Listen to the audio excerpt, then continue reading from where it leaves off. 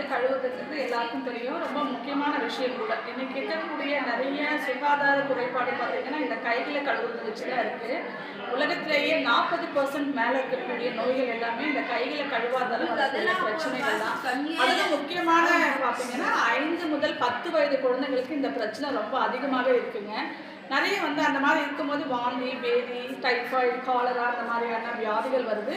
அந்த மாதிரி வரும்போது குழந்தைங்க ஸ்கூல் வருது ஃபஸ்ட்டு தடைப்படுதுங்க. கண்டிப்பாக அதை நம்ம சேவ் பண்ணோம்னா நம்ம இந்த மாதிரியான பாதுகாப்பு முறைகள் நம்ம எடுத்துக்கணும்.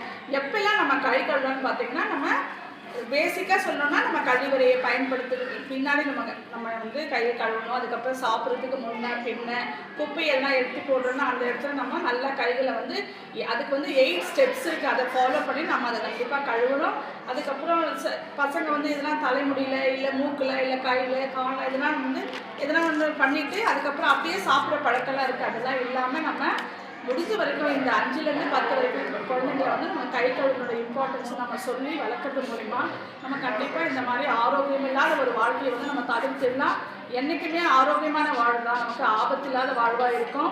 உணவு வந்து குழந்தைங்களுக்கு யாருன்னா நம்ம ஊட்டுறோம் இல்லை எதனா பரிமாறும் போது நம்ம முன்ன பின்ன நம்ம கண்டிப்பாக கைகளை கழுவி இருந்தால் மட்டும்தான் நமக்கு ஆரோக்கியமான வாழ்க்கையை நம்ம வீட்டு எடுக்க முடியும். குழந்தைங்களுக்கு அதை நம்ம புகுத்த வேண்டியது ஒரு ஆசிரியர் கடமையாக நான் இதை நினச்சி இந்த பதிவை நான் செய்வேன்.